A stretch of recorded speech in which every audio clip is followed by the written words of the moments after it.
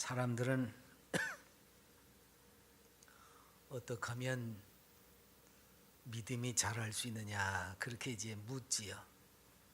대개는 신앙생활을 좀 하고 또 더 잘하고 싶다는 마음이 있어서 이렇게 묻기도 하지만 한편으로는 내가 이렇게 신앙생활 잘합니다, 이걸 드러내기 위해서 이렇게 묻는 사람들도 있습니다. 그런데 뭐 이렇게 물으나 저렇게 물으나 믿음이 자라기를 바라는 마음이니까 그 믿음이 자라도록 기도해 주기도 합니다. 중요한 것은 믿음이 자라가려고 하면 내가 주께로부터 받은 것이 무엇인지를 알고 그것을 통해서 주님이 긍휼히 여기는 사람들을 긍휼히 여길 수 있는, 즉 주님이 긍휼히 여기는 그 사람들을 내가 섬겨줄 수 있느냐, 거기에 달려 있습니다. 믿음이 자라느냐 안 자라느냐 거기에만 초점을 맞추는 것이 아니라 그렇게 하려면 뭘 해야 되느냐 그 말입니다. 이것은 주님이 끼치신 은혜, 주님이 끼치신 내게 주신 모든 것으로 주님이 긍휼히 여기는 이들을 어떻게 섬기느냐, 그 섬김 여하에 따라서 믿음이 성장한다 그 말입니다. 그러니까 내가 가지고 있는 것이 뭐냐 이거예요. 시간이든지 물질이든지 힘이든지 혹은 재능이든지. 그래서 요즘은 재능 기부도 하지요. 뭐 돈 내고 뭐 이렇게 하는 것이 아니라 자기가 가지고 있는 재능을 가지고 가서 기부합니다. 어쨌든 이런 것을 가지고 하나님을 위해서, 교회를 위해서, 이웃을 위해서, 심지어는 가족을 위해서,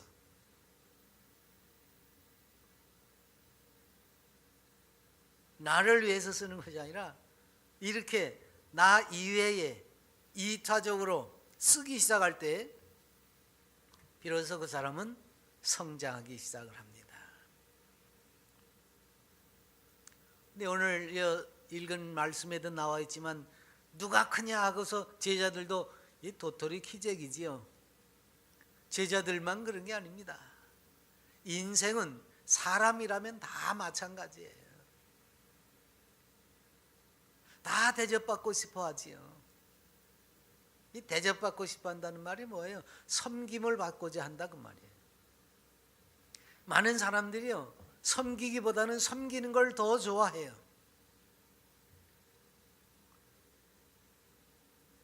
그러니까 신앙생활을 하면서 섬기는 일보다 섬김을 받는 것을 더 좋아한다. 그러면 깎으러 가는 거죠, 이거는.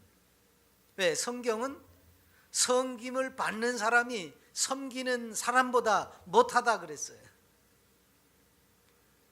그러니까 섬기는 일을 안 하고 섬김을 받으려고 하는 그 자체가 뭐예요? 신앙을 깎아먹는 거죠. 믿음이 자라는 것이 아니라 오히려 퇴보하게 만드는 거다 그 말이에요. 사람들은 섬김 받는 것을 좋아하지만 여러분 한번 생각해 보세요. 늘 섬김을 받아야만 사는 사람, 이 사람이 성숙한 사람입니까? 아니면 유치한 사람입니까? 우리 다 알잖아요. 어린애기들은 어때요? 섬김을 받아야만 사는 사람들입니다. 늘 어른들이 돌봐줘야 돼요. 엄마가 섬기고 할머니가 섬기고 항상 섬겨주지 않으면 어떻게 할 도리가 없어요. 갓난아기들은 먹여달라, 입혀달라, 기저귀 갈아달라, 이 말도 못하는 게 낑낑거리는데 초보자들은요, 초보 엄마들은 얘가 뭐가 그래가지고 어떤 애기 엄마는 애가 막 우는데 배를 만져보니까 배가 단단하더래. 그래서 병원 응급실에 얼른 뛰어갔더니 의사가 그러더래.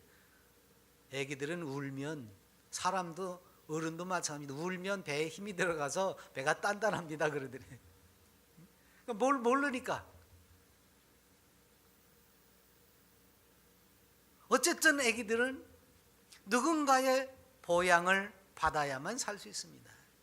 이게 섬김을 받아야 사는 거죠. 근데 어른이 되면 좀 잘하면 저 콩알만한 것도요, 이제 걸음말 하잖아요. 조금 있으면 손 잡고 같이 가려고 그러면 이렇게 할 겁니다. 이제 손 탁 치고 나 혼자 갈 수 있다 그거죠.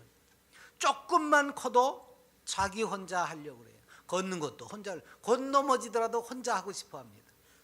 왜? 자랐다 이거죠. 이제 거기다 말 좀 한마디씩 하고 하기 시작하면요, 아마 요즘 아이들 참 어른 찜쪄 먹지요. 말하는 게, 말 그거 하는 거 보면요, 어디서 그렇게, 그게 뭐예요? 자랐다 그 말이거든요. 그러니까 성숙한 사람은 그 자라난 것 가지고 나도 홀로 서지만 다른 사람들을 돌보는 일을 낙으로 삼을 줄 알아야 돼. 그래서 섬김이 위대한 겁니다. 그러니까 위대한 사람은 섬김을 받는 사람이 아니라 오히려 섬기는 사람이에요. 네, 섬기기 시작하면 벌써 그게 뭐예요? 자랐다 그 말이에요. 성숙되어져 가고 있다는 거지. 아이들이 손을 뿌리치고 이제 말로 엄마를 이겨먹어 그러면서 뭐예요? 이제 자라가는 거예요.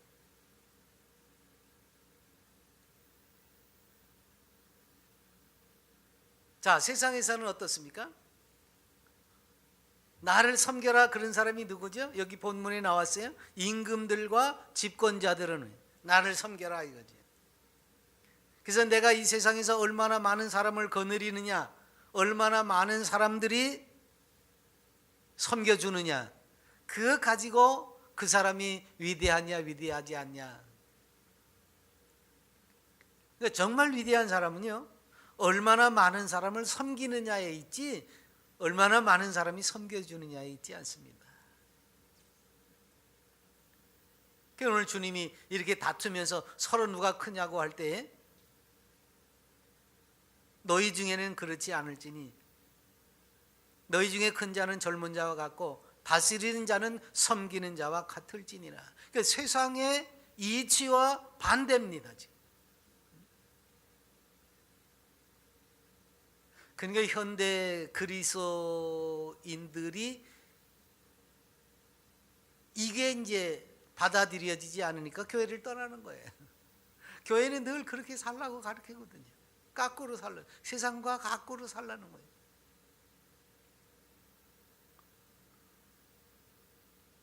미국의 어느 구두가게 주인이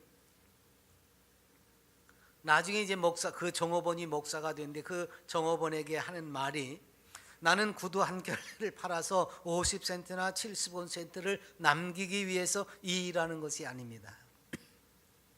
나는 손님들에게 얼마나 충성하고 그들을 섬겼는지 나중에 하나님 앞에 서 있을 때 주님이 내게 물으실 때, 그때 하나님이 내가 그들을 얼마나 섬겼는지에 대해서 그 섬김을 칭찬하시고 그 섬김에 대해서 보상하실 텐데 그걸 나는 바라보고 있다. 그렇게 얘기를 합니다. 하나님의 보상을 기다린다. 그래서 이렇게 열심히 섬기는 거예요. 우리나라에도 서울의 어느 양복점, 그저께 제 아내가 지나가다가 양복점을 보더니 요즘도 맞춰 입는 사람이 있네 그러더라고요. 예, 맞춰 입는 사람들이 아직도 있습니다. 많습니다. 체형도 다 다르니까. 이제 서울의 어느 큰 교회 집사님이신데 양복점을 해요. 그 집사가 고백하기를, 나는 손님의 옷을 맞추면서 마치 예수님의 옷을 맞추듯이 한다. 정말 그가 신앙적으로 이런 마음을 가지고 손님을 대하는 그런 자세라면 참 멋지지 않습니까? 예수님을 섬김의 태도를 배운 사람과 안 배운 사람이 달라요. 손님을 보고 이거 저 돈벌이 할 사람이 왔다 그렇게 쳐다보는 사람하고 손님이 왔는데 예수님이 오신 것처럼 바라보는 사람하고 같겠습니까? 사람을 대하는 것이나 또는 그 작품, 그 제품을 만드는 것이나 다르다고 말이에요. 성경은 섬김을 받고 통치하는 것보다 섬기는 자가 더 위대하다고 말합니다. 근데 말이 좋아서 섬기는 거지, 사실 섬긴다는 말은 뭐죠?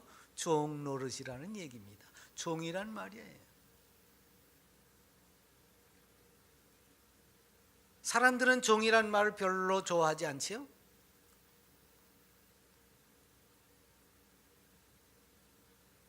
그래서 종이라는 말 뒤에다가 님자를 붙여가지고 종님이라고 그러지. 아니 그냥 종은 종이지 뭐 거기다 님자가 왜 붙어요? 남을 호칭하려니까 이제 그러는 거거든요.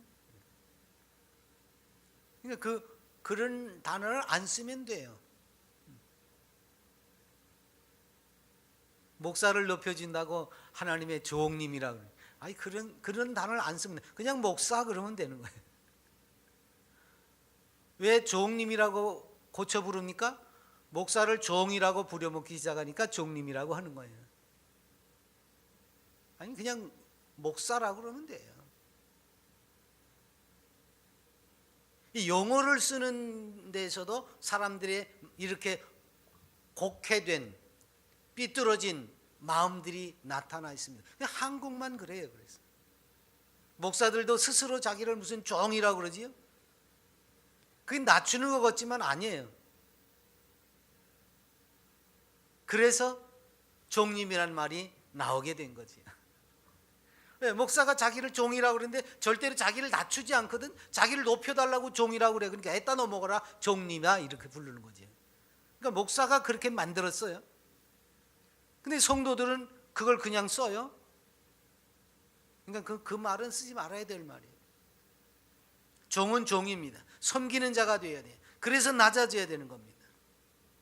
성경은 사실 종이란 말로 가득 차 있습니다. 모세도 종이라고 그랬어요. 여호수아도 종입니다. 사무엘도 종입니다. 예수님도 자기 자신을 종이라고 그랬어요. 오늘 특별히 예수님은 나는 섬기는 자로 너희 중에 있노라 그랬습니다. 스스로 종이라고 여기고 그렇게 낮추면 문제될 게 없습니다. 오늘 현대 목회자들처럼 스스로 종이라고 말을 하는데 자기를 낮추지 않으니까 종님이라고 부를 수밖에 없는, 이건 잘못된 거다 그 말이에요.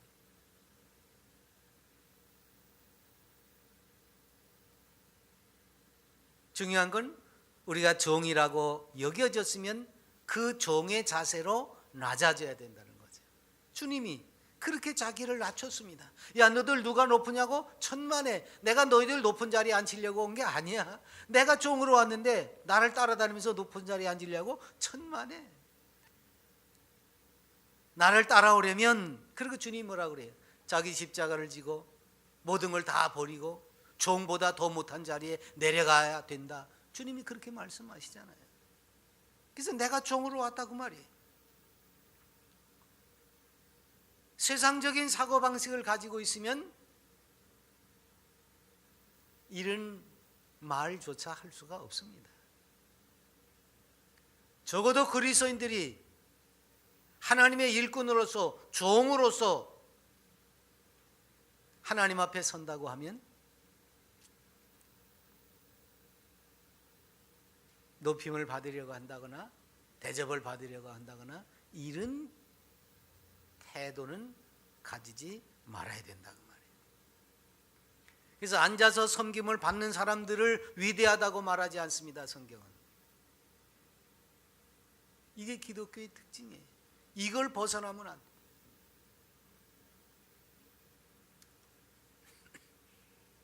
지금 우리나라가 어디로 갈지 참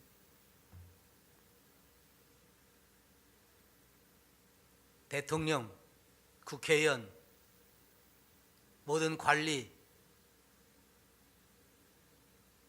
지도자들, 국민 한 사람 한 사람이 이 맛을 좀, 섬기는 맛을 알면 아마 이 나라가 대단히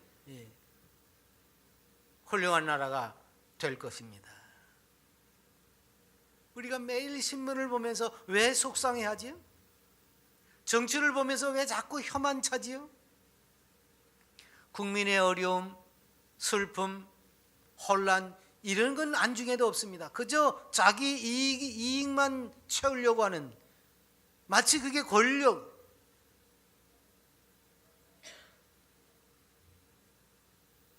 선거철만 되면 뭐 훌륭한 일꾼 되겠습니다, 종이 되겠습니다, 그리고선 표 얻으러 시장 밖 쓰레기통 옆에도 열심히 돌아다니기는 합니다만은 그때뿐이잖아요.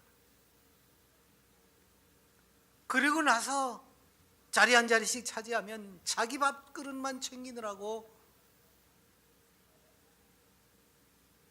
도대체 누구를 위한 정치고 무엇을 위한 정치냐 그 말이죠. 국민들은 허리띠 졸라하면서 세금 내느라고,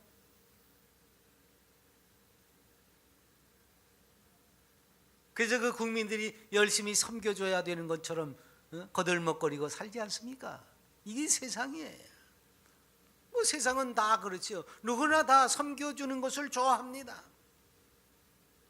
내 마음을 푸근하게 해주고 내가 뭐가 필요한지 거기에 맞춰서 섬겨주는 사람이 있으면 그 사람을 늘 곁에 두고 싶어 하지요. 또 만나고 싶어 하지요. 오늘 우리가 예수님을 만나는 것도 마찬가지입니다. 예수님께서 우리를 섬기러 오셨습니다. 그게 예수님의 삶의 목표예요. 인생을 섬기러 오셔가지고 어디까지요? 그 죄와 허물로 죽을 수밖에 없는 그 인생을 위해서 목숨을 버리러 오신 겁니다. 그래서 섬김은요, 대단히 고상한 겁니다. 주님이 목숨을 버리러 오셨습니다. 죄인인 나를 살리시기 위해서. 그분을 우리가 주님이라고 떠받들고 섬긴다고 하면 우리는 뭘 해야 됩니까? 주님이 그렇게 섬기는 삶을 살았으니까 우리도 그렇게 사는 게 당연한 거죠. 이걸 잊어버리면 안 돼요. 그리스도인의 삶이 뭐냐 할 때 이걸 잊어버리면 안 돼요. 주님이 어떻게 이 세상에 오셨느냐. 그래서 무슨 일을 하든지 섬기는 태도로 한다면 어디서나 환영을 받는 사람이 될 겁니다. 물론 섬기는 데는 끝이 없습니다.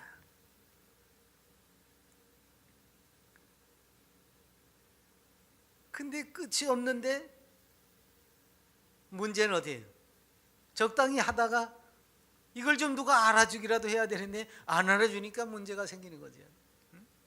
뭔가 좀 섬기는 일이라고 했는데, 의식적으로라도 하고 싶어서 했는데 누가 알아주지도 않아요.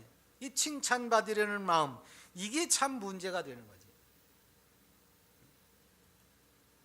이것만 없으면 신앙이 날마다 자라갈 텐데 좀 적당히 하다가 뭔가 좀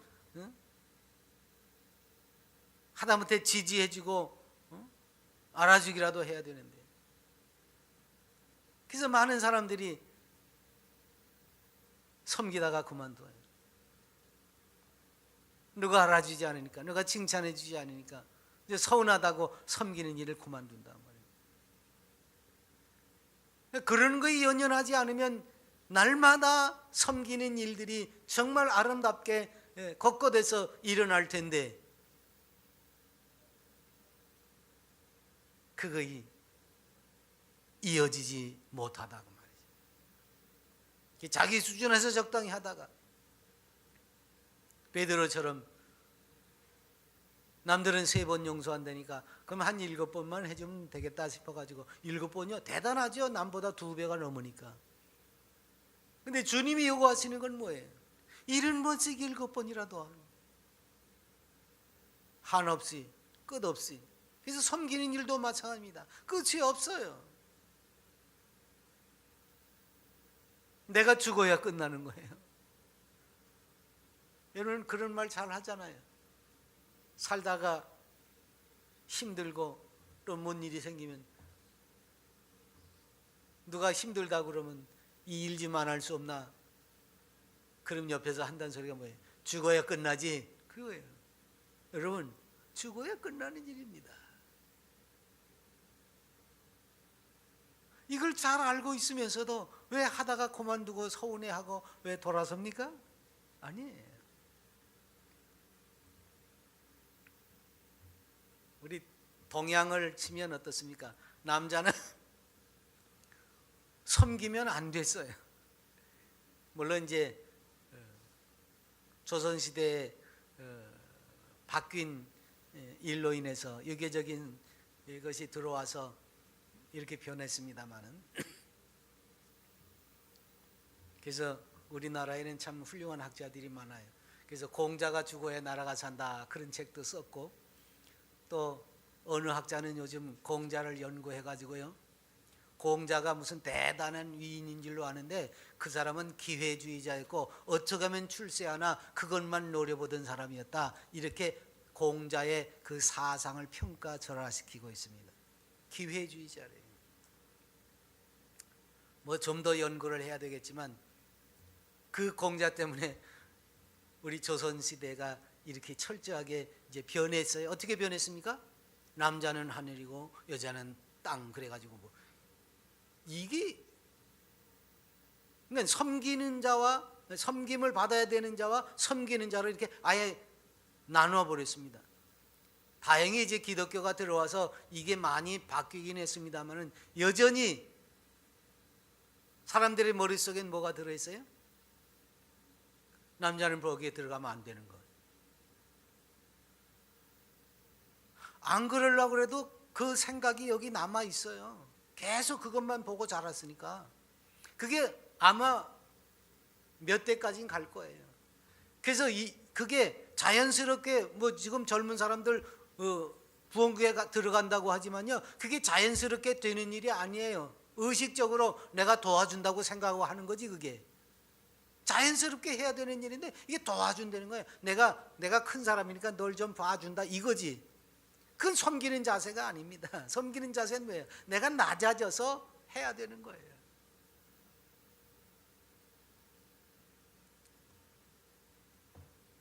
어쨌든 요즘 이제 마지못해서 좀 하는 사람들이 늘어나긴 했습니다. 그러나 여전히 그 마음속에는 도와준다는 게 더 커요. 도와주는 게 아니에요. 섬겨야지.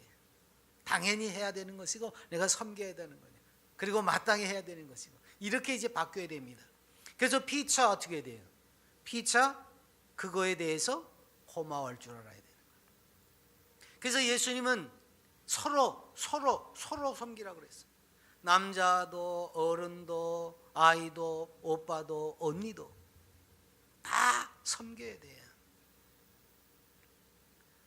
그 섬김의 삶을 통해서 마지막 때 판가름이 나는 거예요. 주님께서 뭐라고 그래요? 착하고 신실한 종아, 너는 그동안 참 수고했다. 이웃을 섬기고 나를 섬기고 가족을 섬기느라고 애 많이 썼다. 그거예요. 마지막 때 결론. 지극히 작은 자에 대해 한 것이고 나에 대해 한 것이라고 하는 그 말씀이 뭐겠습니까? 나처럼 그렇게 섬기느라고 애 많이 썼다. 내 주인의 상에 참여해라, 이겁니다. 그러니까 그리스도인들은 적어도 신앙생활하면서 믿음을 잘하고 성숙시키려고 하면 이렇게 섬기는 삶을 살다가 마지막 순간 주님이 그래 참 애썼다, 나처럼 사느라고 고생 많았지, 이런 칭찬을 들을 수 있어야 된다 그 말이에요. 그렇게 섬기는 생활을 하는 사람이 성숙해져 가는 겁니다. 그리고 영원한 나라의 유업을 보장받게 되어져 있습니다. 여러분 집에도 각자 다 섬기는 사람이 필요하잖아요. 다 섬겨만 달라고 그러면 어떻게 하겠어요? 아비는 어민을 섬기고 어민은 아비를 섬기고 부모는 자식을 섬기고 자식은 부모를 섬기고, 이렇게 서로 섬길 때에 행복한 가정이 되는 거예요. 그래서 예수 믿는 사람들은 일상생활 속에서 늘 이 섬김이 생활화되어야 돼요. 직장에서도 나한테 맡겨진 일 그것만 딸랑하고 다 했다 그게 아니에요. 주변을 돌아보고 좀 바빠서 쩔쩔매는 사람 혹은 뭔가 잘 안 돼가지고 전전긍긍하는 사람, 이런 주변 사람들을 좀 어떻게 도와줄 수 없을까? 응? 그 동료들을 섬김의 태도로 살펴볼 줄 알아야 돼요. 내가 할 일 다 했다 끝끝이 아니에요. 그렇게 할 때에 내가 사실은 사는 맛도 나는 거예요. 뭔 재미가 있습니까? 내 것만 다 했다고 가만히 있으면 시간만 기다려. 퇴근 시간 언제지? 그것만 기다려? 재미없어요. 그래서 이웃을 잘 살피고 섬기는 속에서 이웃과의 관계가 풍요로워지고 직장 생활도 재밌어지는 겁니다. 그러면 그리스도인들이 직장에서 인정받지 않을래야 않을 수가 없는 거죠. 근데 저만 알고 뭐 자기 유익한 대로는 다 뺀질거리고서 빠져나가면서 뭐 한다 그러면 교회 가야 된다. 그러니까 웃지요. 사람들이. 지 필요한 건 다 챙겨서 하면서 뭐 한다 그러면 교회 가야 된다. 그러니 예배당 다닌 사람이 곱게 보일 리가 없지요.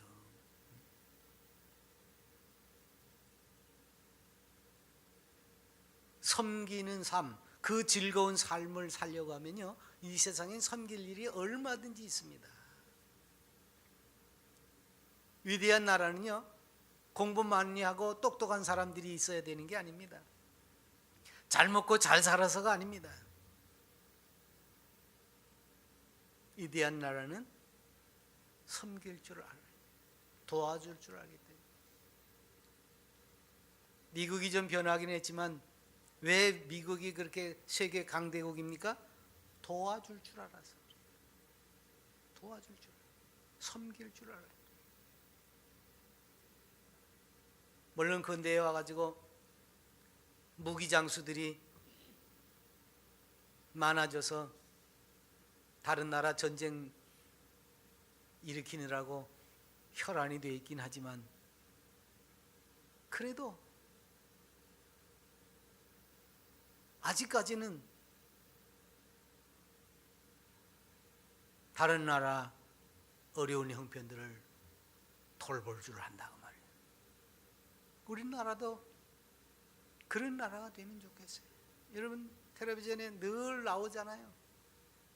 굶주린 아이들, 아프리카라든가 동남아의 굶주린 아이들, 그 영양실조에 걸린 아이들, 10,000원, 15,000원, 그러면 한 달을 먹일 수 있는, 영양식을 먹일 수 있다고.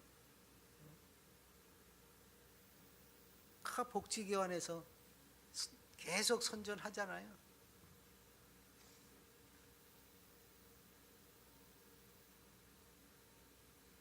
그래도 우리나라가 이런 일에 지금 최선을 다하고 있어서 다행입니다. 나라도 이렇게 이웃을 돌보는 나라가 되어야 되겠고, 교회도 이웃을 돌보는 교회가 되어야 돼요. 현대교회가 이웃에 유익된 모습을 보이지 못하고, 그래서 오히려 배척을 당하고 있어서 참 안타깝습니다. 이런 섬김의 삶이, 그 섬김의 삶을 살 때에 우리는 비로소 기뻐할 수 있습니다. 어디서 기쁨이 나옵니까?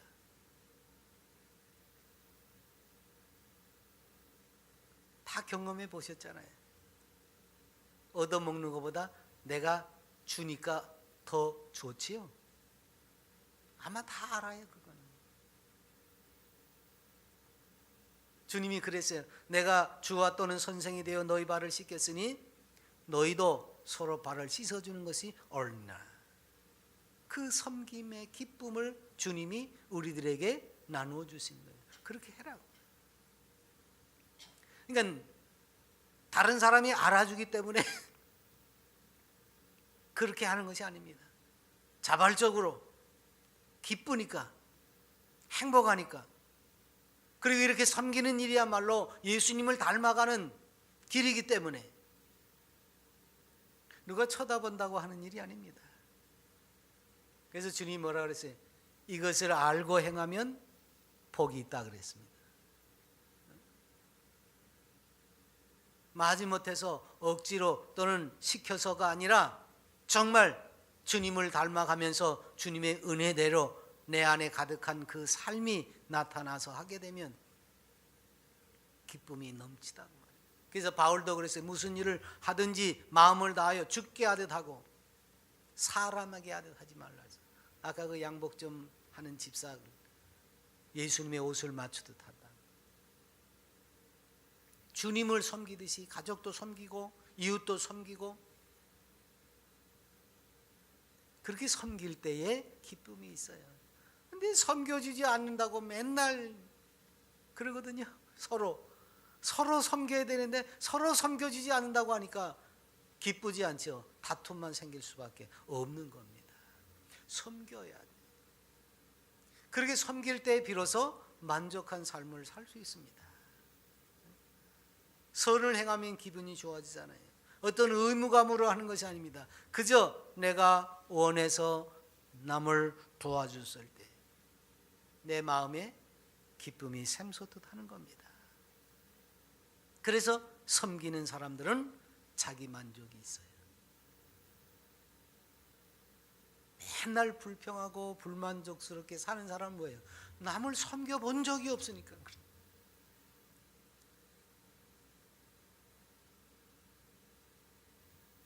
그리고 이 섬김의 끝은 뭐예요? 하나님 나라를 유업으로 이어가는 것이고, 주께서 우리에게 주시는 그 영화로운 삶의 풍요가 보장되어지게 됩니다. 너희로 내 나라에서 내 상에서 먹고 마시며 또는 보좌에 앉아 이스라엘 12지파를 다스리게 하려 하노라 그랬습니다. 왜 제자들에게 부모, 형제 또는 전토 모든 걸 다 버리고 자기 십자가를 지고 나를 따르라, 주님이 왜 그렇게 말씀하십니까? 왜 주님이 내가 너희에게 한 것처럼 가서 너희도 섬겨라 이렇게 말씀하십니까?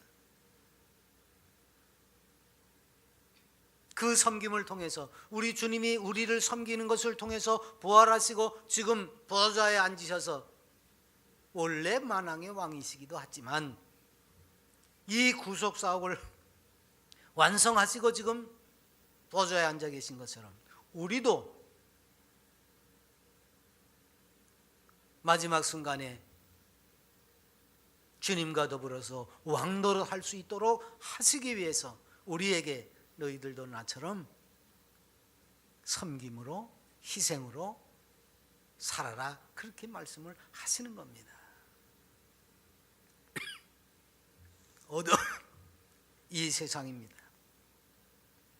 섬김보다는 다스리려고 다툼이 많은 세상이 아닙니까?